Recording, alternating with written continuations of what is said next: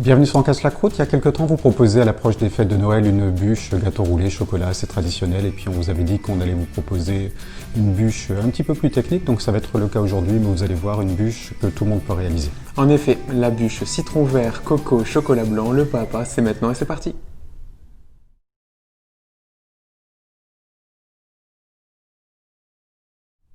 Pour le crème citron, on aura besoin de chocolat blanc, de citron vert et citron jaune, de beurre, de gélatine et de sucre en poudre. On commence par réhydrater la gélatine dans de l'eau froide. On vient zester nos citrons dans une casserole directement. Même chose avec le citron vert. Donc on ne prélève que le zeste, pas la partie blanche.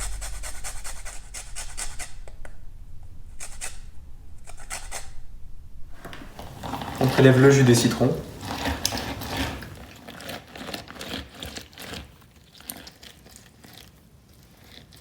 Ensuite, on mélange les œufs avec le sucre.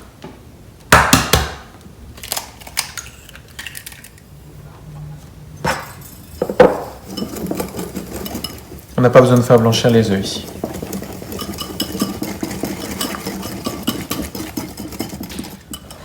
On met le tout dans la casserole. On met aussi directement la feuille de gélatine. Et on va mettre à chauffer. On peut donc mettre la feuille de gélatine directement, comme c'est le cas ici. C'est un truc qu'on a vu de la part de Christophe Michalak, qui fait son crémeux citron comme ça, même si nous on a légèrement changé ensuite la recette du crémeux, à peine en ajoutant le chocolat blanc. Mais vous pouvez aussi ajouter la gélatine après. Si vous travaillez avec un thermomètre de cuisson, on ne va pas dépasser les 85 degrés.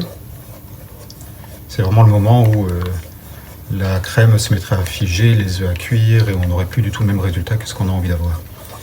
Mais il y a aussi une autre technique, là aussi c'est un truc qu'on a vu faire par Christophe Michalak. Vous tournez la crème comme ça. Quand vous enlevez la spatule, si elle continue à tourner sans se mettre à figer directement, sans s'arrêter de tourner, c'est qu'elle n'est pas prête. Donc là il faut évidemment guetter ce moment-là. Et le moment où on arrêtera, où on fera ça et où elle arrêtera de tourner, c'est qu'elle sera prête. Voilà, là on tourne, ça va être bientôt prêt, donc vous voyez, je tourne et dès que je m'arrête, elle s'arrête, elle fige. Donc là, on arrête. Je le fais une dernière fois, vous voyez, elle tourne plus, elle s'arrête quasiment directement. Donc on coupe le feu. La passer comme ça au chinois, ça permet d'enlever éventuellement les zestes qui seraient trop gros. Si jamais il y a un tout petit peu d'œuf qui a cuit, parce que, vous avez vu, là on le fait sans thermomètre de cuisson, donc il y a quand même ce risque d'en avoir un tout petit peu. Et on vient mélanger donc sur le chocolat blanc qu'on avait réduit en petits morceaux. On ajoute le beurre froid, donc en dés, comme c'est le cas ici. Donc progressivement, on vient mixer au mixeur plongeant la préparation.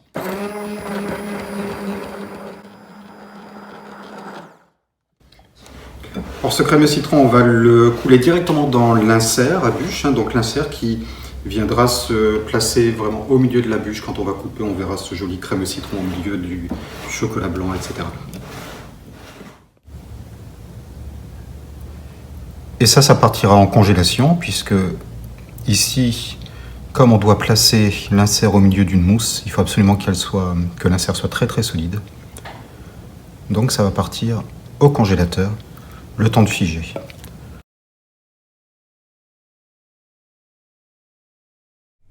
Alors pour le sablé, on aura besoin de coco râpé, d'un jaune d'œuf, de beurre pommade, de farine, de sucre glace et de poudre de noisette. On commence par prendre le beurre pommade dans un saladier.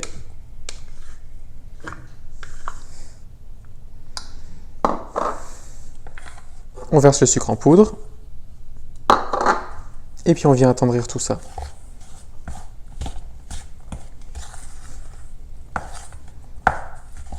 Une fois le beurre crémé, on vient ajouter la coco.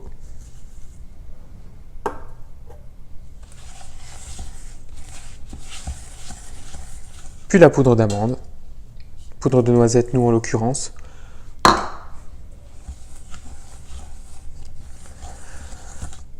Et la farine, en plusieurs fois s'il le faut.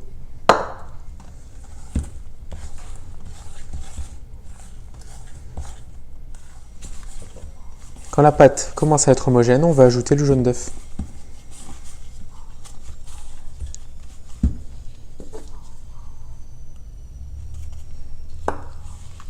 Et on mélange.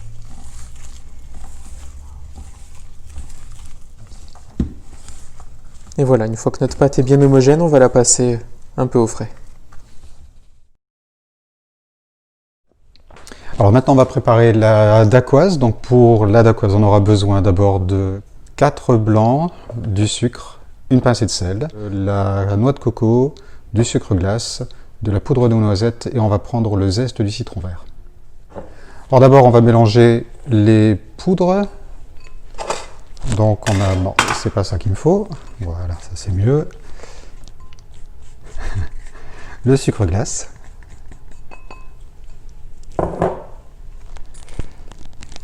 La noix de coco, la poudre de noisette, on peut mettre de la poudre d'amande également si on a envie. Donc déjà on va mélanger ça et ensuite on va ajouter le zeste du citron vert. Donc comme toujours, quand on zeste un citron, on essaye de ne pas trop prendre la partie blanche qu'on appelle le zeste, on garde juste donc le zeste. La partie verte ici, c'est très parfumé. En zestant le citron, on a vraiment de très très bons parfums qui se répandent. Les noix de coco citron vert, ça va donner une petite touche exotique vraiment agréable. Le zeste, ça a un côté magique, c'est hyper parfumé. Vraiment, on adore ça. Et le citron vert, c'est une saveur qu'on aime beaucoup également, qui se marie très bien au litchi aussi. On mélange donc une dernière fois les poudres, donc avec le citron vert pour qu'il soit bien réparti. Et puis on va monter les blancs en neige. Donc on va mettre les blancs dans un saladier. Et puis on va mettre d'abord un petit peu de sel, l'équivalent d'une pincée de sel. On va commencer à monter les blancs et dès qu'ils commenceront à être mousseux, on mettra une première partie du sucre. Ici, il n'y a pas beaucoup de sucre, on va le mettre en 2 ou 3, sûrement en 2 fois.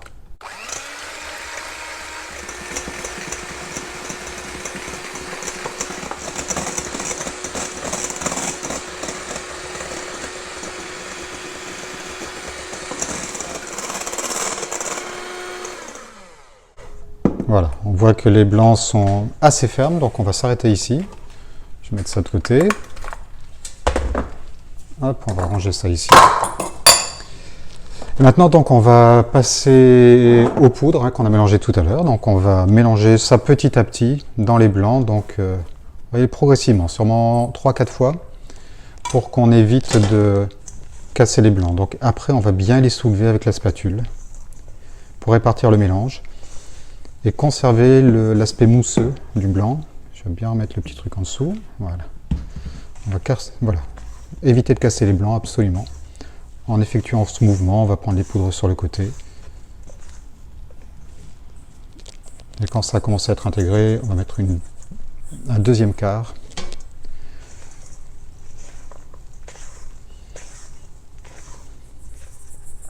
Voilà, dernière partie du mélange de poudre.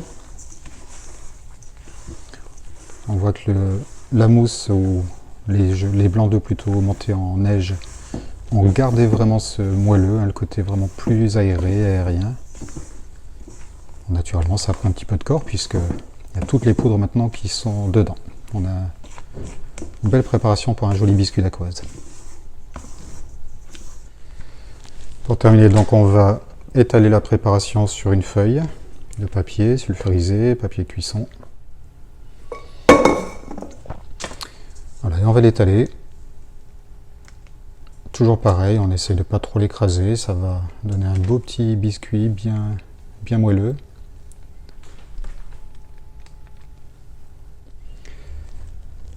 Et une fois que c'est étalé de manière assez régulière, ça va passer au four à 180 degrés. À la sortie du four, on est venu poser le biscuit, on l'a retourné sur une feuille de papier cuisson et puis on décolle la première feuille. Après ça, on va laisser refroidir. On est allé récupérer notre sablé au réfrigérateur. Donc il a bien durci, ça va être ça va être bien. Et on l'étale entre deux feuilles de papier cuisson.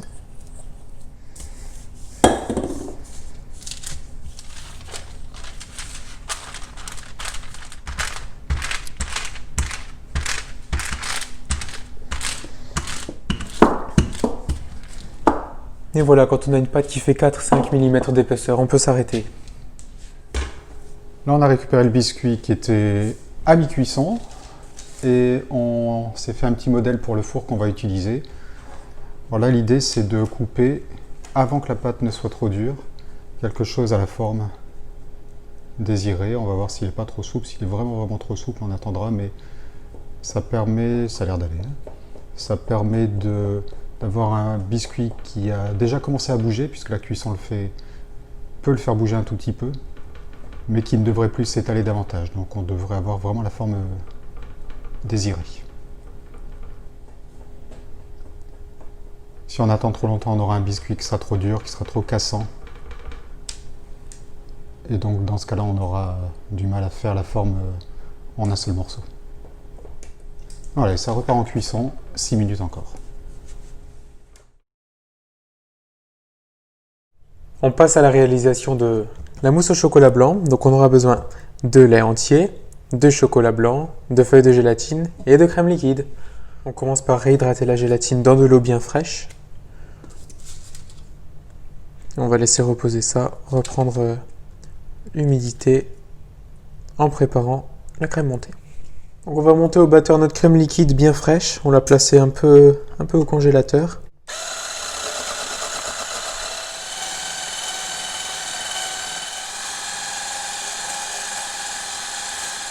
Mais on va la réserver au frais le temps de passer à la suite.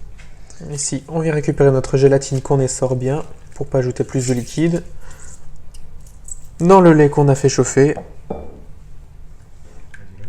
on fait fondre la gélatine et puis on viendra verser ça sur le chocolat blanc. On mélange bien jusqu'à obtention d'une crème lisse et homogène.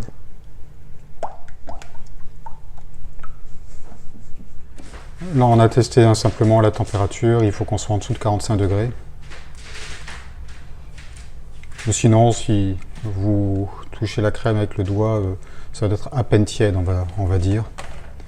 Pas plus, sinon ça va faire fondre complètement la crème montée. On va la rajouter l'ajouter en 3-4 fois. Elle va fondre un tout petit peu dedans, c'est normal, hein, mais en fait ça va reconstituer une mousse petit à petit. Donc ici avec une crème fouettée, c'est aussi au moment où elle va refroidir que ça va passer en mousse.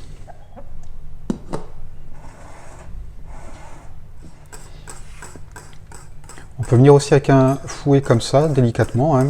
L'avantage du fouet par rapport à la maryse à ce stade-là, c'est que ça permet de bien incorporer la crème. Sinon, il y a vraiment des petits morceaux qui vont rester à l'intérieur si on travaille uniquement avec la maryse.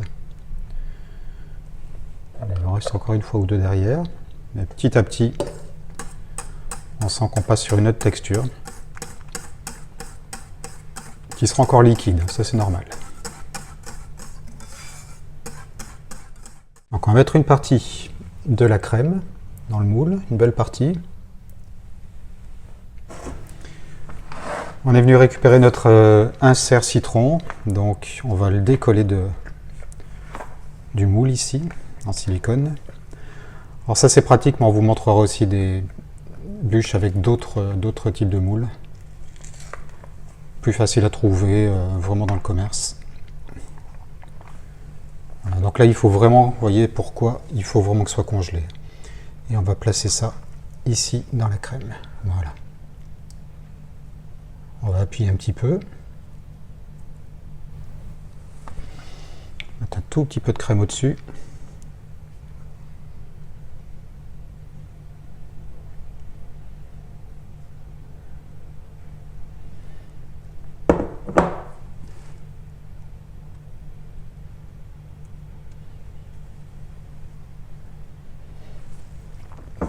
Et puis on va placer donc d'abord la dacquoise.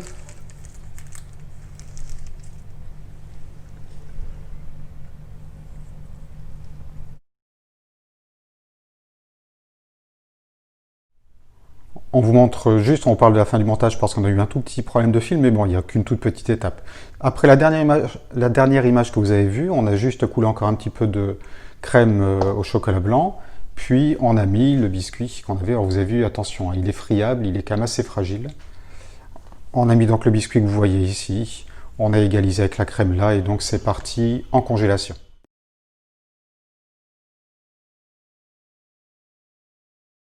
Et donc maintenant on arrive au moment où on va démouler la bûche en question, donc il faut qu'elle soit très très froide sur ce type de moule là évidemment.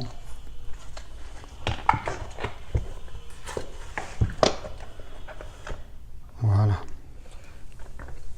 Mettre sur le plateau et on va passer à une étape de flocage.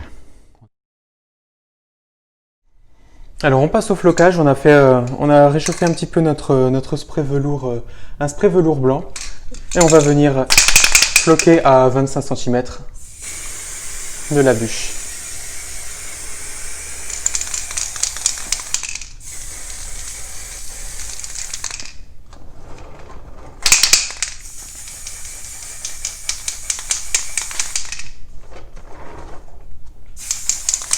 Donc il faut que votre entremets soit vraiment bien congelé pour un bel effet enneigé et poudré.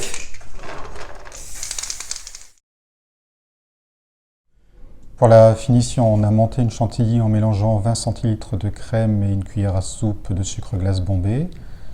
On a parsemé de zeste de citron vert et là quelques petits copeaux de noix de coco.